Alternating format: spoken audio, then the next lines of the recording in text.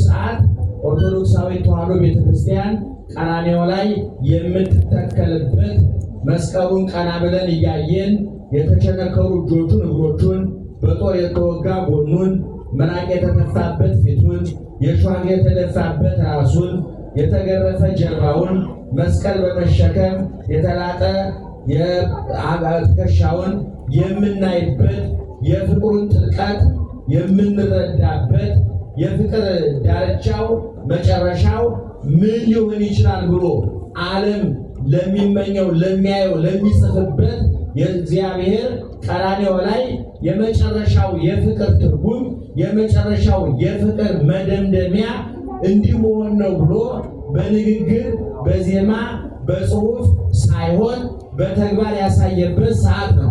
ስለዚህ በቤተ ክርስቲያናችን ይህ ሰዓት የሥጋ ወደሙ ሰዓት ነውና የምንዘምረው የምንቀኘው የምናነበው ሁሉም ነገር በሥጋ ወደሙ ላይ ያተኮረ ይሆናልና ለተወሰኑ ደቂቃዎች ሥጋ ወደሙ ስነ ስርዓቱ እስከሚፈጸም ድረስ ጥቂት ነገር እንነግራቸዋለን። እግዚአብሔር ከእናንተ ጋር ይሁን። አሜን። የምንሰማውም የምንናገረውም አያሳጣን እግዚአብሔር። አሜን። ቅዱስ ዳዊት በመዝሙር 141ኛ መዝሙሩ ላይ እንዲህ ብሎ ተናገረ። ከማያፈቅር ሀየት ሀባልቄ ተማያት ከማሁ ታፈቅር ነፍሴ አበ እግዚአብሔር ማይዜ እበጽሕ ወሬ ገጾን አምላኬ ሲሳይ ሆነኒ አንብሬ መዓልተ ወሌሊተ ዋልያ ወደ ውሃ ምንጭ እንደሚናፍቅ ነፍሴ ወደ እግዚአብሔር ትናፍቃለች። እየሰማችሁ ነው? ነፍሴ ወደ እግዚአብሔር ትናፍቃለች አለ። ማይዜ እበጽሕ ወሬ ገጾን አምላኬ መቼ ደርሼ የአምላኬን ፊት አየው ይሆን እያለ ይመኛል ዳዊት። ይህን ለማድረግ ደግሞ ሲሳይ ሆነኒ አንብዕየ መዓልተ ወሌሊተ በቀንም በሌሊትም እንባዬ የሚፈሰው እንባዬ እንደ ምግብ ሆነልኝ። አንተን በመናፈቅ የአንተን ፊት የማይበትን ጊዜ በመመኘት በቀን በሌሊት እንባዬ ይፈሳል አለ። እንግዲህ ምዕመናን እናንተ ያላችሁት በሰው ሀገር ስለሆነ ናፍቆት ምን እንደሆነ ይገባችኋል።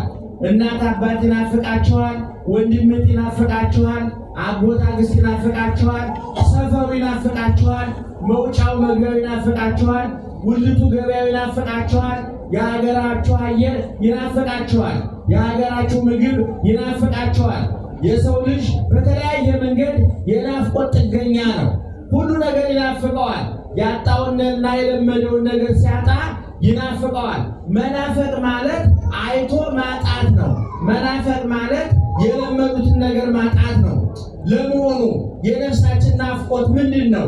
ነፍሳችን የሚናፍቃት ምንድን ነው? ለዚህ ቅዱስ ዳዊት በቂ መልስ ሰጥቷል። ጌታዬ ዋልያ ወደ ውሃ ምንጭ እንደሚናፍቀው እኔም እናፍቃለሁ ይላል። እንደገና በመዝሙር 142 ቁጥር 6 ላይ ደግሞ እንዲህ ብሎ ተናገረ።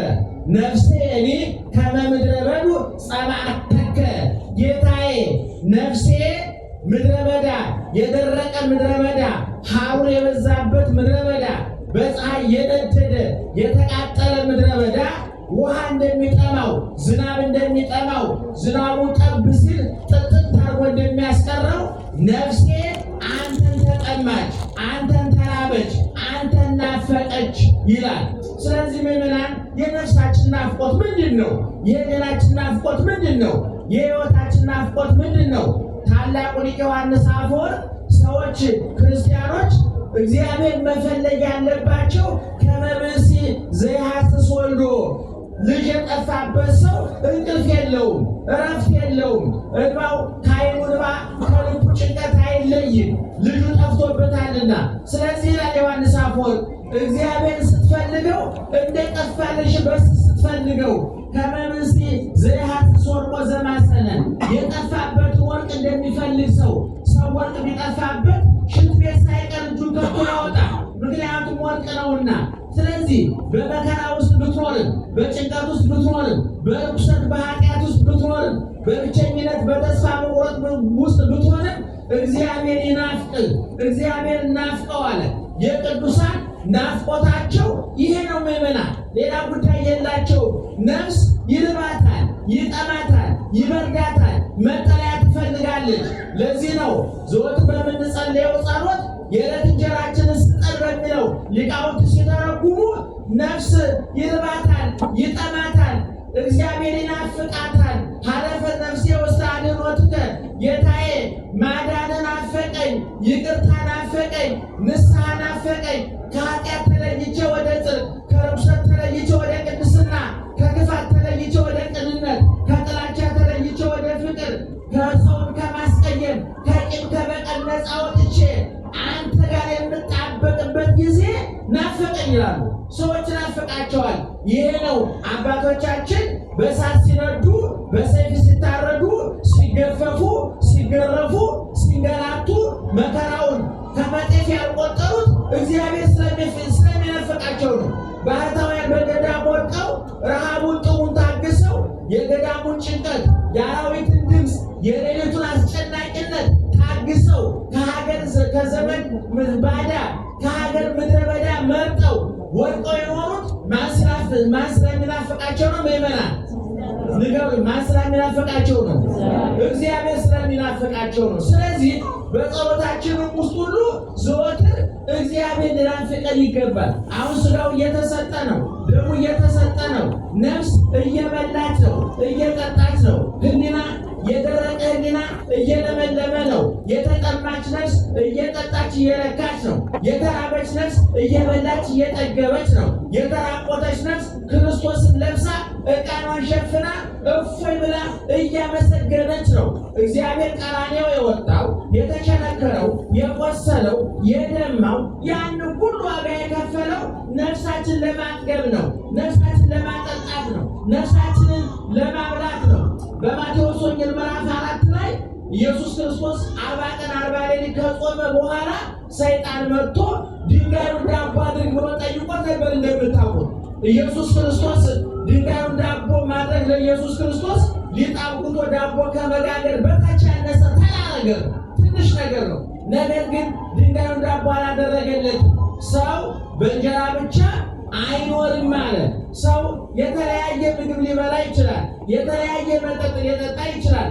የፈረንጁን ከሀበሻው፣ የሀገር ውስጡን ከውጭ ሀገሩ አቀላቅሎ አመጣጥሮ ሊበላ ይችላል። ተመጣጣኝ ምግብ ሊያገኝ ይችላል። ያ የነፍስን ጥዋ ጥም አይቆርጥላትም። የነፍስን ረሃብ አያስታግስላትም። ነፍስ መጠጧ የእግዚአብሔር ቃል ነው። ነፍስ ቀለቧ የእግዚአብሔር ቃል ነው። ክርስቶስን ስትበላ፣ ክርስቶስን ስትጠጣ ነፍሳችን ትለመልማለች፣ ትወፍራለች፣ ትለወጣለች። ደህና አደራችሁ? የሰማችሁ ነው። የነፍስ መጠጧ ነው። የራበው ሰው በምን ይታወቃል? ምዕመናን፣ ሰው ሲርበው ፊቱ ይጠወልጋል፣ ከንፈሩ ይጠቁራል፣ አጥንቱ ይገጣል፣ ደሙ ይመጠጣል፣ ቆዳው ይደርቃል፣ ሰውነቱ አቅም ያንሰዋል፣ ይጎሰቁላል። የምግብ ማጣት ፊት ለፊት ይታያል። ስጋችን ሲርበው፣ ስጋችን ሲጠማው ፊት ለፊት ይታያል። ይደክመናል። የመስራት አቅማችን ይሞታል። የማሰብ አቅማችን ይሞታል። የመንቀሳቀስ አቅማችን ይሞታል። ለመሆኑ ስጋ ሲርበው የምልክት ካሳየ ነፍስ ሲርባት ምልክቱ ምንድን ነው? ነፍስ ስትጠማ ምልክቱ ምንድን ነው ከተባለ እርካታ ማጣት፣ ደስታ ማጣት፣ በሚሰሩ ስራ አለመርካት፣ በትዳራችን አለመርካት፣ በልጆቻችን አለመደሰት፣ ነግደን ብናተርፍም ጤነኞቹን ብንንቀሳቀስም ምሬት፣ ብሶት፣ ጭንቀት ከአንደበታችን ይቀዳብናል። ማን ስትራብ? ነፍስ ስትራብ። ነፍስ አቅም ሲያንሳት ምስጋና ይርቀናል። ስለዚህ አሁን ቅዱስ ዳዊት የነገረ ነፍስ ወደ ዋልያ ወደ ውሃ ምንጭ እንደሚናፍቅ ነፍስ ወደ እግዚአብሔር ናፈቀች አለ። ምዕመናን፣ እግዚአብሔር ሊናፍቀን ይገባል። አባት እናቶቻችን ከሚናፍቁን በላይ፣ ወንድም እህቶቻችን ከሚናፍቁን በላይ፣ የሀገራችን ሽታው ምግቡ ከሚናፍቀን በላይ እግዚአብሔር ሊናፍቀን ይገባል። ምክንያቱም እግዚአብሔር የጥያቄዎቻችን ሁሉ መልስ ነው። የልባችን ማበሻ ነው። የቁስላችን መፈወሻ ነው። የጎደለ መሙያችን ነው። ትናንት ጠብቆናል፣ ዛሬም እየጠበቀን ነው። ልጆቼ የት ነው ያላችሁት? ወደ እኔ ኑ እያለ ይጠብቃል እግዚአብሔር። እናንተ ደካሞች ሸክም የከበዳችሁ ወደ የት ኑ አለ? ወደ እኔ ኑ አለ። እግዚአብሔር ዛሬ ምን ፍለጋ ላይ ነው? የዛሬ 2000 ዓመት ከሰማይ ወርዶ ከድንግል ተወልዶ ተወልዶ በበረት ተጥሎ በጨርቅ ተጠቅልሎ ተንከራቶ ተርቦ ተጠምቶ ተሰቅሎ ያን ሁሉ መከራ ተቀብሎ እንደፈለገን ሁሉ ዛሬም ፍለጋ ላይ ነው። ምክንያቱም ዛሬም ሰዎች ጠፍተውበታል። እግዚአብሔር ታውቃላችሁ፣ ሰው ሲጠፋባችሁ ማስታወቂያ ይነገራል። እንደ ምልክቱ ተነግሮ ጠይም ነው፣ ቀይ ነው፣ ወፍራም ነው፣ ቀጭን ነው፣ አጭር ነው፣ ረጅም ነው፣ እንደ አይነት ልብስ ለብሶ ነበረ፣ እንደ አይነት ሰው ጠፍቶኛል ብሎ ማስታወቂያ ይነገራል አይደለ? እግዚአብሔር ደግሞ እኛ ጠፍተንበታል። ምልክቶቻችን ምንድን ነው? የሞትኩላቸው፣ የተሰቀልኩላቸው፣ አንገታቸው ላይ ማተብ መስቀል ያለባቸው፣ በ40 በ80 ቀን የተጠመቁ፣ ደሜን ያፈሰስኩላቸው፣ ስጋዬን የቆረስኩላቸው፣ እጄን እግሬን የተቸነከርኩላቸው፣ የተራብኩ የተጠማሁላቸው፣ ከሰማይ የወረድኩላቸው፣ ከድንግል የተወለድኩላቸው፣ ያን ሁሉ ዋጋ የከፈልኩባቸው ልጆቼ ጠፍተውብኛልና እባካችሁ ፈልጋችሁ አምጡልኝ ይላል። በኋላ በምንማረው ወንጌል ላይ አይሁዶችን ምን አደረጓችሁ? አምጡልኝ አለ። ፈታችሁ አምጡልኝ አለ ጌታ። የታሰሩበት አሉ። እግዚአብሔር ንብረቱ ጠፍቶበታል፣ ገንዘቡ ጠፍቶበታል፣ ዋጋ የከፈለበት የቆሰለበት የደማበት የተቸነከረበት ያን ሁሉ ዋጋ የከፈለበት ንብረቱ ሰው ጠፍቶበታል። ዛሬ እህቶቻችን ደግማችሁ የገዛችሁት ወርቅ ቢጠፋባችሁ ቤቱን አገላብጣችሁ ትፈልጋላችሁ። ፍራሹን አንስታችሁ ሶፋውን አገላብጣችሁ ጣራው እንደው ቀዳዳው ሁሉ አይጣይቃላችሁ። ምክንያቱም የጠፋባችሁ ምንድነው? ወርቅ ነው የጠፋባችሁ። እግዚአብሔር ግን የጠፋበት ምንድነው? ሰው ነው የጠፋበት። አይታችኋል። በዚህ በሉቃስ ወንጌል ምዕራፍ 15 ላይ ያ በግ የጠፋበት ባለበግ ተንከራተተ። 99ን ትቶ አንዱ በግ ፍለጋ ጫካ ለጫካ ተንከራተተ። ወጣ ወረደ፣ ዳገቱን ወጣ፣ ቁልቁለቱን ወረደ፣ በሌት በቀን ፈለገና መጨረሻ ላይ ማን አገኘው? በጉን አገኘው። ወሶበ ረከቦ ጾሮ ድኅረ መትከፍቱ፣ በተሸከመው ጊዜ ባገኘው ጊዜ በትከሻው ላይ ተሸክሞ ረከብክቦ የጠፋውን በጌን አግኝቼዋለሁ ተፈሥሑ ሁኔታ ደስ ይበላችሁ አለ እግዚአብሔር። የጠፋው በግ ሲገኝ እግዚአብሔር ይደሰታል። ወደ መንጋው ሲቀላቀል ደስ ይሰኛል። በጎቹ ሳር ሲረጩለት፣ ውሃ ሲጠጡለት እረኛ ደስ እንደሚለው ሁሉ እኛ የክርስቶስ በጎች ነን። ስጋውን ስንበላለን፣ ደሙን ስንጠጣለን፣ ነፍሳችን ስትተፍር፣ ነፍሳችን ስትሰባ፣ ነፍሳችን ሲያምርበት እግዚአብሔር ደስ ይለዋል። የተራቆተው ነፍሳችን ለማልበስ ነው። የተራበው ነፍሳችን ለማጥገብ ነው። የተጠማው ነፍሳችን ለማጠጣት ነው። የቆሰለው ነፍሳችን ለመፈወስ ነው። በረሃቡ ጠገብ፣ በጥሙ ረካ፣ በቁስሉ ተፈወስ፣ በመራቆቱ ለበስ፣ ቁልቁል በመረዱ እኛ ሽቅብ ወጣን። በመሞቱ በሕይወት ኖርን። በመቀበሩ ትንሣኤ ታወጀልን። በጨለማ ቤት ታስሮ በማደሩ ብርሃን ተሰበከልን። እርሱ ባሪያ ተብሎ እኛን ጌቶች አደረገን። እርሱ ረሃብተኛ ሆኖ እኛን አጠገበን። በእሱ ድህነት እኛ ሀብት አገኘን። ይክበር ይመስገን እግዚአብሔር። ስለዚህ ምዕመናን እንዲህ አይነት ትምህርቶች በሚሰጡበት ጊዜ ጥያቄ መጠየቅ አለባችሁ። በእውነት በውስጤ እግዚአብሔር ርቦኛል ወይ? እግዚአብሔር ጠብቶኛል ወይ? እግዚአብሔር ናፍቆኛል ብላችሁ ጠይቁ። ይህ በምን ይታወቃል? እረፍት ታጣለች ነፍሳችን፣ መረጋጋት ይሳነናል። ዛሬ ብዙ ሰው ይባክናል፣ ይባዝናል፣ መረጋጋት የለውም። በጭንቀት ውስጥ ነው ያለው፣ በውጥረት ውስጥ ነው ያለው። እየበላ ይርበዋል፣ እየጠማ እየጠጣ ይጠመዋል። ለብሶ ባዶነት ይሰማዋል፣ ወልዶ ባዶነት ይሰማዋል። ነግዶ አትርፎ የከሰረ ሰው ስሜት ይሰማዋል። ለጥሮ ተኝቶ አድሮ እረፍት አይሰማውም። ማን ከእሱ ጋር ስለሌለ? እግዚአብሔር ስለሌለ ነው ምዕመናን። ስለዚህ ዛሬ ስጋውን ሲበላ ደሙ ሲጠጣ ፊት ለፊት ክርስቶስ ግብዣም ጋባዥም ሆኖ ክርስቶስ ራሱ ግብዣ ነው ይበላል፣ ራሱ ጋባዥ ነው ይጣራል። እናንተ ደካሞች ሸክም የከበዳችኋልና ጌታ ወደ የት ሂዱ አለ? ወደ እኔ ኑ አለ። ደካሞችን ማሳረፍ፣ የረከሱትን ማንሳት፣ የወደቁትን ማንሳት፣ የጠፉትን መፈለግ፣ የተሰበሩትን መጠገን፣ ያዘኑትን ማጽናናት፣ የተራቆቱትን ማልበስ ያውቅበታል እግዚአብሔር። የጠፋው ልጅ ታሪክ አይታቸዋል። ያ የጠፋ ልጅ የአባቱን ገንዘብ አጥፍቶ ለአዝባሪ ለዘዋሪ ለየሴተኛ ዳዩ በትኖ ባዶውን ቀርቶ ተርቦ አጥንቱ ገልጦ ደሙ ተመጦ ቆስሎ ከሰው ተራ ወደ አባቱ ቤት በመጣ ጊዜ አባቱ ልጄ ገንዘቡን አጥፍተህ አንተ ያን ሁሉ ገንዘብ አጥፍተህ ዞር በልልኝ አላለም። ልጄ እንኳን ደህና መጣ ብሎ እጆቹን ዘርግቶ በሩን ከፍቶ ተቀበለው። ለእግሩ ጫማ፣ ለጣቱ ቀለበት፣ ለሰውነቱ ልብስ አዘጋጀለት። ገላውን ታጠበ፣ ፀጉሩን ተላጨ። የተራበ ሆዱ ጠገበ፣ የተጠማ ሆዱ ረካ። የተራቆተ ሰውነቱ ለበሰ፣ ከሰው ጋር ተቀላቀለ።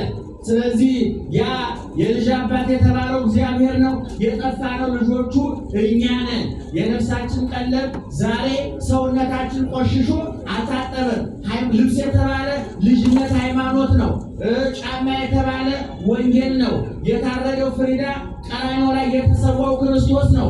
ብሉኝ ጠጡኝ ብሎ ስጋውን ቆርሶ ያጎረሰ ደሙን ቀርቶ ያጠጣ ተራቅቶ ያለበሰ ፈውሳችን መድኃኒታችን ማን ነው? እግዚአብሔር። ስለዚህ በአንድ ድምፅ ምዕመናን ማን ይፈልጋቸዋል? ጮክ ብላችሁ ንገሩ። ማን ይፈልጋቸዋል? ትናንትና ይፈልጋችሁ ነበር። ዛሬ ምን እያደረገ ነው?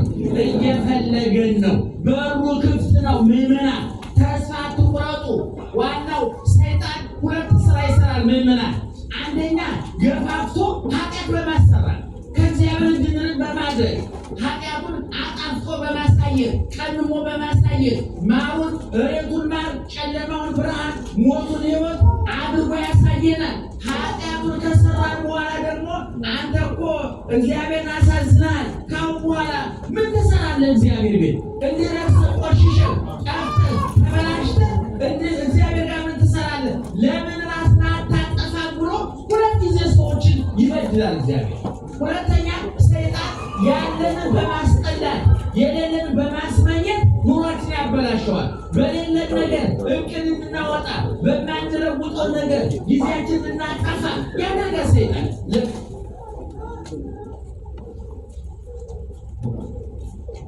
ምዕመናን እንግዲህ ቁርባኑ ተጠናቋል። ማን ይናፍቀን? ምዕመናን ማን ይናፍቀን?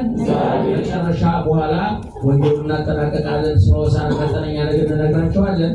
የመከረን ያስተማረን የአባቶቻችን አምላክ ክብርና ምስጋና ይግባው።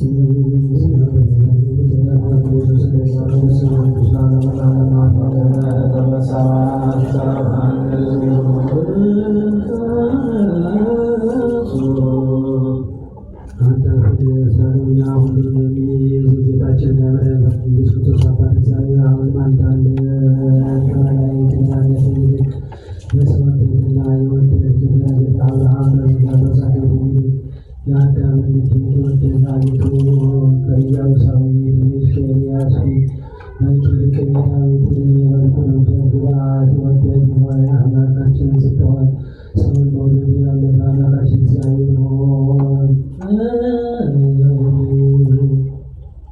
የምታነጻ ሆይ ሥጋችንና ነፍሳችንን አንጻ።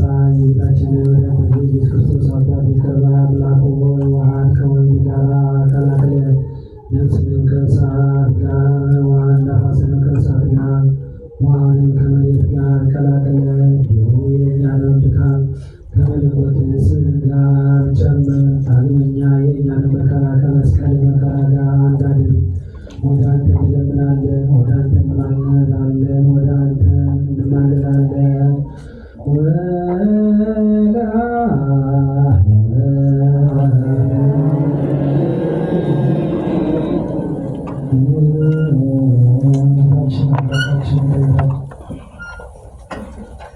ቅዱስ ሥጋውን በሥጋችን በበላነው ቅዱስ ሥጋ በጠጣነው ክቡር ደሙ ማረን። ዛሬ ቀን ማሳሰባቸውን የሰጡት ሁለቱ ሥላሴ ወተማሪያም ሰብረው ተማሪያም ወተማሪያም ሴተማሪያም እስከማርያም በስላሴ ገብረመድኅን ወተማሪያም ገብረስላሴ ተገኝቶ ወተማሪያም ስላሴ ውዳሴ ማርያም ወተስተ ማርያም ወተማሪያም ሰይፈ ገብርኤል ወተማሪያም ጽጌሃና ወተጻድቅ ወለተሃና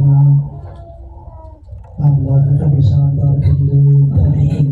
በታሰቡ ያሉትን ተደራሽ ለጊዮርጊስ ተስላሴ ወተማሪያም ወተሚካኤል አኪለ ማርያም ቅድስት ማርያም ገብረክርስቶስ ኢየሱስ ወተማርያም ገብርኤል ኢየሱስ ወተማርያም አኪለ ማርያም ቅድስት ማርያም ገብረክርስቶስ ወተማርያም ወለሚካኤል ገብረ ወልድ ወዮሐንስ ማኅበረ ሥላሴ ማኅበረ ገብረ መንፈስ ቅዱስ አባላትን ከመከራ ከችግር ጠብቅልን። ሳታውቁት ሃይማኖት የወልደ ዮሐንስ የወልደ ኢየሱስ ገብርኤል ሴት ገብርኤል ወተማርያም ነፍሳት በቅዱሳን እቅፍ ገነት አሳርፍልን። በሀገራችን በኢትዮጵያ ለሕዝቧ በሰው ዘር ጽኑ ሰላም፣ ፍቅር፣ አንድነት ስፍርልን። በዓሉ ብርሃነ ፍስሐ አድርግልን። ለብርሃነ ትንሣኤ መድኃኒታችን ክርስቶስ በሰላም በጤና ያድርሰን። አቡነ ዘበሰማያት